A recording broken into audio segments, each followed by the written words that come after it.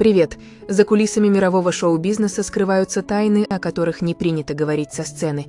Когда мы смотрим на парней из BTS, мы видим идеальных айдолов, безупречную хореографию, лучезарные улыбки и стадионную энергетику, которая заряжает миллионы людей по всему миру. Они кажутся супергероями, сошедшими со страниц комиксов, для которых не существует усталости, боли или слабости. Но что происходит, когда гаснут софиты, музыка затихает, а многотысячная толпа расходится по домам? В этот момент они остаются один на один со своим телом, которое, как и у любого человека, имеет предел прочности. Годы изнурительных тренировок по 12 часов в сутки, жесточайшие диеты, постоянный стресс под прицелом сотен камер и колоссальная ответственность перед фанатами оставляют свой глубокий след. Сегодня мы снимем этот глянцевый слой и поговорим о том, о чем сами участники BTS долгое время молчали или решались рассказать только самым близким. У парней нет смертельных или угрожающих жизни заболеваний, но за годы своей головокружительной карьеры они накопили внушительный багаж хронических диагнозов, врожденных особенностей и тяжелых травм, с которыми им приходится бороться каждый день ради того, чтобы продолжать выходить на сцену. Это видео не просто перечисление медицинских терминов, это честная история о человеческой стойкости, силе воли и истинной цене мирового успеха, которую эти 7 парней платят ежедневно. Мы разберем медицинскую карту каждого участника и узнаем, через какую боль им приходится проходить, чтобы оставаться на вершине музыкального Олимпа. Давай начнем с лидера группы, человека, на чьих плечах лежит ответственность за весь коллектив – Ким Намджуна, известного как РМ. Его голос звучит уверенно, он ведет за собой группу на международных премиях и выступает с трибуны ООН. Но мало кто знает, какая серьезная физиологическая проблема мешала ему дышать и полноценно жить на протяжении многих лет. Долгое время Намджун страдал от искривления носовой перегородки. Это не просто косметический дефект, а серьезная медицинская патология, которая критически нарушает проходимость дыхательных путей.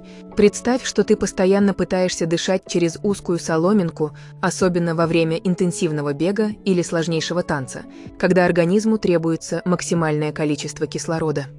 Из-за этого искривления Намджун страдал от хронической гипоксии, постоянных головных болей и апноэ во сне.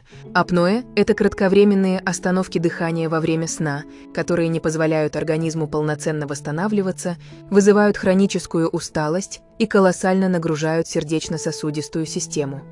В условиях безумного графика BTS, где на сон часто оставалось всего по пару часов между перелетами, это было настоящим испытанием на выживание. Ситуация стала настолько критической, что в 2018 году Намджуну пришлось экстренно лечь на операционный стол для проведения септопластики. Это сложная хирургическая операция по восстановлению правильной формы носовой перегородки. Ему пришлось взять вынужденный перерыв в деятельности группы, чтобы пройти период реабилитации, ведь любое неосторожное движение или прилив крови к голове могли вызвать сильное кровотечение и свести на нет все усилия хирургов. Эта операция буквально подарила ему возможность дышать полной грудью, но шрамы и склонность к отекам дыхательных путей остаются с ним до сих пор, напоминая о том, как тяжело дается каждый глоток воздуха на вершине славы. Теперь давай перейдем к самому старшему участнику группы – Ким Сок Джину или Джину. Его часто называют всемирным красавцем, его внешность безупречна, а уверенность в себе вдохновляет миллионы. Однако, если внимательно присмотреться к его рукам во время интервью или выступлений, можно заметить одну странную и необычную особенность. Пальцы Джина имеют врожденную деформацию суставов, которая в медицине очень напоминает синдром гиперподвижности или деформацию по типу лебединой шеи. Его суставы обладают избыточной гибкостью, из-за чего пальцы неестественно выгибаются в обратную сторону и принимают специфическую форму. На первый взгляд это может показаться просто забавной анатомической фишкой, но в реальности это приносит огромный дискомфорт и боль. Люди с такой особенностью суставов подвержены постоянным микротравмам, их пальцы быстрее устают, а выполнение мелкой моторики или удержание тяжелых предметов требует двойных усилий. Для айдола, который должен постоянно держать микрофон, выполнять сложную синхронную хореографию руками и играть на музыкальных инструментах, например, на гитаре, это постоянный вызов. Джин не раз признавался, что чувствует себя неловко из-за формы своих рук, и в ранние годы группы даже пытался прятать их в карманах или за спиной. Более того, из-за слабости суставного аппарата он гораздо сильнее подвержен травмам. Все мы помним инцидент в 2022 году, когда Джин серьезно повредил указательный палец левой руки во время повседневных дел, из-за чего ему потребовалась срочная операция по восстановлению поврежденных сухожилий. Ему пришлось выступать на масштабных концертах в Лас-Вегасе с огромным гипсом на руке.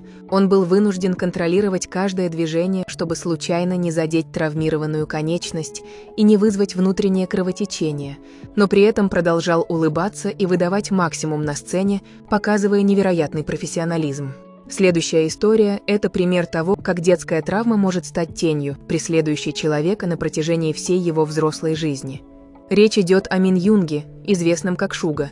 Его медицинская карта, пожалуй, одна из самых тяжелых в группе, и она включает в себя как физические, так и глубокие ментальные шрамы. До дебюта, когда Юнги был обычным стажером и отчаянно пытался заработать деньги на жизнь и оплату обучения, он работал курьером на доставке. В один из дождливых дней его сбила машина. Испугавшись, что агентство расторгнет с ним контракт, если узнает о травме, Юнги скрыл этот факт и сказал, что просто упал с лестницы. На самом деле в той аварии он получил тяжелейший разрыв суставной губы плечевого сустава. Это означало, что его левое плечо практически вылетало из суставной сумки при любом резком движении. 8 лет, вдумайся в эту цифру, 8 лет Юнги выступал на стадионах, танцевал сложнейшие партии и поднимал тяжести, преодолевая адскую парализующую боль. Он глушил ее обезболивающими уколами и таблетками, но во время туров ситуация ухудшалась настолько, что он не мог даже поднять руку, чтобы налить себе стакан воды. В 2020 году, когда сустав был разрушен практически полностью и консервативное лечение перестало помогать, Шуга принял тяжелое решение лечь на операцию. Ему провели сложнейшую артроскопию по фиксации суставной губы. Он выпал из жизни группы на несколько месяцев, заново учась двигать рукой и проходить мучительный процесс реабилитации. Но физическая боль – это лишь часть его истории. Юнги стал одним из первых кей-поп-айдолов, кто открыто, без стеснения и страха осуждения заговорил на всю страну о своих проблемах с ментальным здоровьем. В своих сольных треках под псевдонимом Агуст Д он выворачивал душу наизнанку, рассказывая о борьбе с тяжелой депрессией, повышенной тревожностью, социофобией и паническими атаками, которые накрывали его прямо за кулисами перед выходом к тысячной толпе. Его честность стала спасательным кругом для миллионов фанатов, проходящих через аналогичный ад, и доказала, что признать свою слабость – это проявление высшей силы. Параллельно с этим, еще один участник группы ведет свою ежедневную, невидимую для глаз войну с собственным телом. Это Ким Тэхён, или Ви.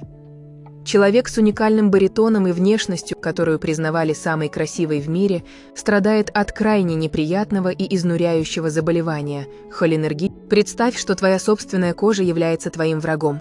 Холинергическая крапивница – это хроническая аллергическая реакция, которая запускается не из-за продуктов питания или пыли, а из-за банального повышения внутренней температуры тела. Как только Тэхён начинает интенсивно двигаться, танцевать на репетициях, когда на улице становится жарко, или когда он испытывает сильное эмоциональное напряжение и стресс, его иммунная система дает сбой. Тело мгновенно покрывается зудящей красной сыпью, волдырями и начинает невыносимо гореть, словно от ожога крапивой. Это сопровождается сильным зудом, покалыванием, а в тяжелых случаях может вызвать головокружение и затруднение дыхания. Для айдола, чья работа буквально состоит из тяжелых физических нагрузок в свете жарких софитов и плотных, многослойных сценических костюмах, которые не дышат, этот диагноз звучит как приговор. Тэхён открыто рассказал фанатам о своей болезни в приложении Weverse, когда они заметили, что на концертах он часто пьет много холодной воды, носит свободную одежду и старается при малейшей возможности охладить кожу. Ему приходится постоянно контролировать свое состояние, балансировать на грани максимальной отдачи и опасного перегрева, чтобы не спровоцировать очередной тяжелый приступ прямо во время прямого эфира. Не менее драматичная история Пака Чимина, чья воздушная, грациозная хореография заставляет замирать сердца. Чимин пришел в поп-индустрию из современной хореографии, где пластика и гибкость тела возведены в абсолют. Но эта же гибкость имеет обратную, разрушительную сторону. На протяжении всей карьеры Чимин страдает от хронических, изнуряющих болей в мышцах шеи, плеч и спины. Его мышечный корсет находится в состоянии постоянного гипертонуса из-за колоссальных нагрузок. На многих кадрах из документальных фильмов BTS можно увидеть, как за кулисами к Чимину подбегают массажисты и медики, чтобы экстренно наложить тейпы, сделать заморозку или зафиксировать шею воротником шанца, потому что из-за спазма он физически не может повернуть голову. Но настоящий кошмар ждал его в начале 2022 года. В разгар пандемии Чимин почувствовал резкую, невыносимую боль в животе. Его экстренно доставили в больницу, где врачи диагностировали острый аппендицит. Ситуация осложнялась тем, что параллельно у него обнаружили коронавирусную инфекцию, которая давала сильную нагрузку на дыхательную систему и сосуды.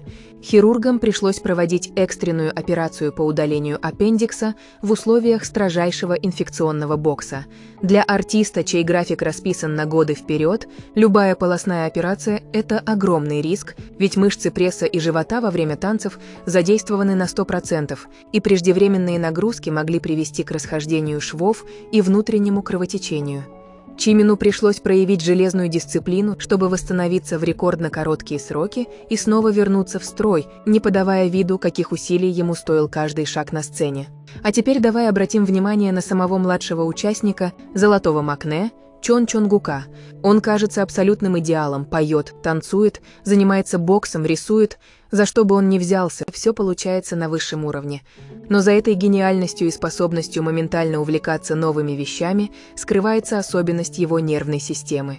Чонгук открыто поделился тем, что у него диагностировано СДВГ, синдром дефицита внимания и гиперактивности.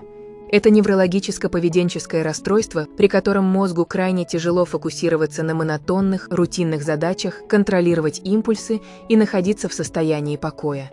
Люди с СДВГ часто испытывают так называемый дефицит дофамина, из-за чего их нервная система постоянно требует новых, сильных стимулов. Это объясняет, почему Чонгук постоянно находится в движении, пробует экстремальные виды спорта, поет по ночам на прямых трансляциях и может часами до изнеможения оттачивать одно движение в хореографии. Это его способ справляться с гиперактивностью, переводя ее в продуктивное русло. Однако оборотная сторона СДВГ – это быстрое эмоциональное выгорание, периоды глубокой ментальной усталости, когда мозг просто отключается от перегрузки информации и сенсорного перенасыщения. В дополнение к этому, среди фанатов и самих участников группы давно известна его уникальная физиологическая черта – невероятно чуткое, почти экстремальное обоняние. Чонгук обладает повышенной чувствительностью к запахам, из-за чего он не переносит резкую парфюмерию, химические ароматизаторы и моментально фиксирует малейшие изменения в воздухе. В условиях постоянных поездок, отелей, гримерок, где смешиваются сотни разных запахов лаков для волос, косметики и пота, эта особенность часто становится источником сильных головных болей и сенсорной перегрузки, заставляя его искать уединения и тишины. Вся эта медицинская хроника заставляет нас взглянуть на BTS совершенно другими глазами. К-поп-индустрия – одна из самых жестоких и требовательных в мире. Система стажерства ломает тысячи молодых парней и девушек еще до того, как они увидят первую сцену. Но BTS смогли не просто выжить в этой системе, они изменили ее правила, начав открыто говорить о том, что айдолы – это не роботы. Они болеют, они устают, они получают травмы, им бывает страшно, и они имеют полное право на слабость. Когда мы видим, как Тэхён борется с приступами крапивницы, как Юнги превозмогает боль в оперированном плече, как Намджун восстанавливает дыхание после тяжелейшего сета песен, мы понимаем, что их главный талант – это не просто вокал или танцы, их главный талант – это феноменальная, запредельная стойкость и преданность своему делу. Они идут на эти жертвы осознанно, зная, что на другом конце планеты сидит подросток, которому их музыка помогает пережить тяжелые времена, справиться с собственной депрессией или принять особенности своего тела. Эта взаимная поддержка между группой и их фандомом ARMY стала мощнейшим щитом, который защищает парней от эмоционального разрушения под прессом мировой славы.